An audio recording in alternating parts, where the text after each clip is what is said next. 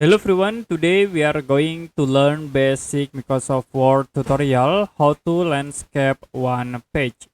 So as example, I will create another page. You can press enter buttons, and in here we have the free page. And if you want to change the page 2 into landscape, you can click in the page 2 or in the last of the page 1, like in here.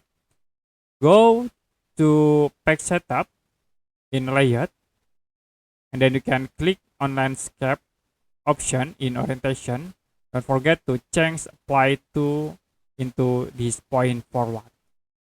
After it, you can click OK, and it will be create the landscape.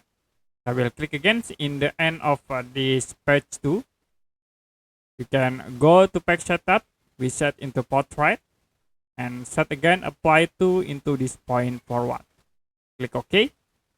And that's it for a basic Microsoft Word tutorial how to make landscape one page. If you have any question about tutorial, you can comment below this video.